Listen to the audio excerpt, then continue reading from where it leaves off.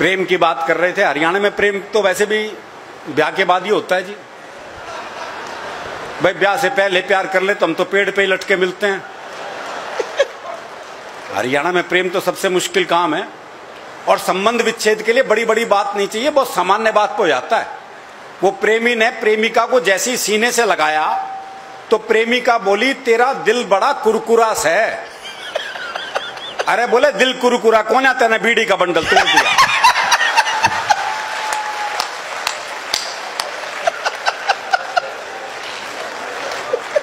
तो हमारा प्रेम जय भगवान जी अलग ही मामला है हमारा। तो अब बहुत भोलापन रहता है ना। वो प्रेमी कह रहा था प्रेमिका से, अगर तू मेरी नहीं हुई ना तो तुझे किसी की नहीं होने दूं।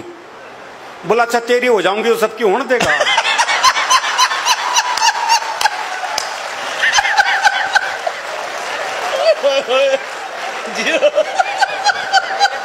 भैया ताली गूंजनी चाहिए, कमाल की बात है। Super super. ये भोलापन है भाई, क्या भोलापन है इसमें। तो हमारा प्रेम ऐसा ही है जी, अलग तरह का मामला है। अभी मेरा एक दोस्त मिला, उसके दोनों होठ बुरी तरह जले हुए। मैंने कहा होठ कैसे जल गए? बोला पत्नी मायके जा रही थी, स्टेशन छोड़ने गया था, मारे खुशी के इंजन चूम लिया। तो हमारी खुशी भी अलग अलग ढंग से प्रकट होती है। वो एक 22-23 साल का लड़का जी जबरदस्त बारिश में तरबतर भीगा हुआ हलवाई की दुकान पे पहुंचा। बोला 5 रुपए का दही दे दे। तो हलवाई ने पूछ लिया भाई तेरा ब्याह हो लिया? और बोले तू के सोचते इस तूफान है मेरी मां भेजे कि मैं दही लेना।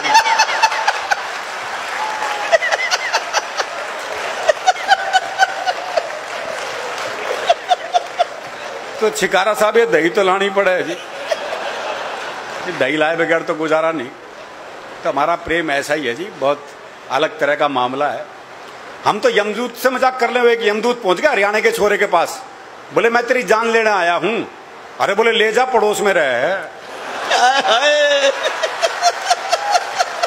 बहुत अच्छे।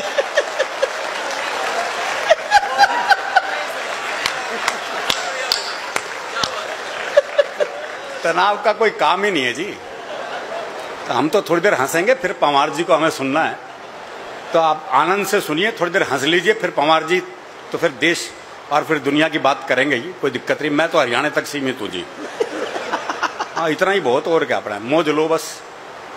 क्योंकि हरियाणा का मामला तो वैसे भी हास्य रस में ही रहता है जी। हमारे यहाँ हर संबंध हास्य रस में है, बाप बेटे तक के संबंधों में हास्य रस है।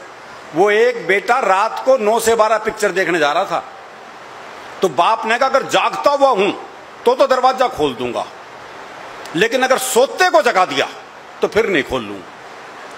अब वो रात को 1 बजे लड़का वापिस आया, तो बोले कैसे पता लगा बापू सोवे है जाग गए है?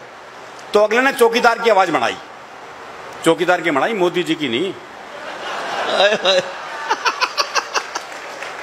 तो अगले ने चौकीदार की आवाज बढ़ाई, बोले राम प्रसाद सोवे है जाग गए है? बोले जागू हूं। बोले जाग गए तो खोल दे। तो जब बाप बेटे के संबंध ऐसे हैं तो बाकी संबंधों की तो आप कल्पना कर ही सकते हो। वो बटेऊ जो है पहली बार ससुराल जा रहा था, तो घर वालों ने समझाया, बोले देख पहली बार जा रहा है, 2 रोटी से फालतू मत खा लियो, इमेज खराब हो जाएगी खाम खा। बेचारा पहुंचा, 2 रोटी में कहां पेट भरा। और साली कह जी और लो। बोले ना ना मैं 2 ही खाता हूं। बोले नहीं और लो। बोले नहीं मैं तो 2 ही खाता हूं। अच्छा आधी और ले लो। बोला आधी तो कितनी आनंद है। तो ये जो आनंद है ये जीवन में बहुत जरूरी है। दरअसल क्या है, मन का साफ होता है जी। वकील साहब बैठे हैं, मैं बताऊं आपको, हरियाणा का आदमी मन का साफ होता है, जो मन में है वो जबान पे। हम आर्टिफिशियल जिंदगी जी नहीं सकते। वो एक मुकदमा चल रहा था, तो एक ताई गवाही के लिए आई। अच्छा दोनों वकील उसी के गांव के। तो पहले वकील ने पूछ लिया, बोले ताई मुझे जाना है? खूब जानू हूं, गुलाब सिंह का छोरा है तू, 1 नंबर का झूठा, तेरी लुगाई तक तो ये छोड़ के चली गई थी। बेचारा वकील सन्न रह गया जी। उसने दूसरे वकील की तरफ इशारा कर दिया, और ताई से जाना है? अच्छी तरह जानू हूं, करनैल काणे का छोरा है यो, 1 नंबर का याश, तेरी लुगाई से भी इसका चक्कर था।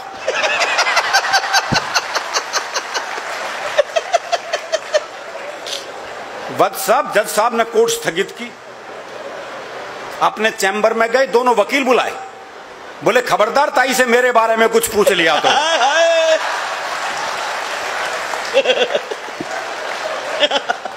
इतना साफ मामला है जी, भैरव। और ये साफ मामला रहना भी चाहिए। भैरव। अच्छा, ये याद दिला रहा है एक, जबरदस्त। वो भैरव। वो एक दामाद पूछा ससुराल पत्नी के ने तो सास का जी नहीं करता भेजने का, तो उसने बाकी बच्चों से कहा बोले अपने जीजा को समझाओ, और अगर नहीं माने ना तो यूं कह देना हमारी माता जी की देवी आ जाती है, और जब देवी आ जाती है अपनी बात मनवा के छोड़ती है। बालक पहुंच गए, बोले जी आज ये अभी नहीं भेजेंगे, बोले नहीं लेके जाऊंगा। बोला ऐसा हमारी माता जी की देवी आ जाती है, और जब देवी आ जाती है अपनी बात मनवा के छोड़ती है। बोला देवी आ जाए देवा आ जाओ, मैं तो लेके जाऊंगा। थोड़ी देर बाद सास जो है वो बाल बाल बिखेर के आ गई, बोले देवी आ गई ना भेजूं, देवी आ गई ना भेजूं, देवी आ गई ना भेजूं। दामाद थोड़ी देर ड्रामा देखता रहा, फिर बोला भैरव आ गया लेके जागा।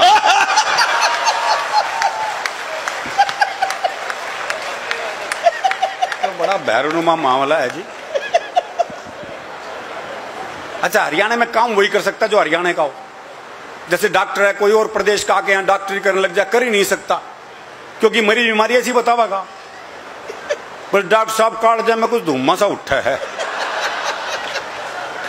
अब समझ ले डॉक्टर क्या बीमारी है भाई। और डॉक्टर भी कमाल है। वो डॉक्टर एक मरीज का चेकअप कर रहा था, देखा उसकी दोनों टांगे नीली पड़ गई। बोले ओहो जहर चढ़ रहा है भाई, टांगे काटनी पड़ेंगी। दोनों टांगे काटी गई साहब, नकली टांग लगवाई गई। देखा कुछ देर बाद नकली टांग भी नीली पड़ गई। बोले ओहो तुम्हारी तो जीन्स ही रंग छोड़ती है।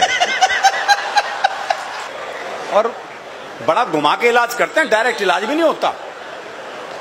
वो एक के बहुत खांसी थी, डॉक्टर के पास गया, डॉक्टर ने जुलाब की गोली दे दी। बाद में कंपाउंडर ने कहा बोले ये क्या जी, उसको तो खांसी थी आपने जुलाब की गोली दे दी। बोले कुछ नहीं साला, खांसने से पहले 100 बार सोचेगा।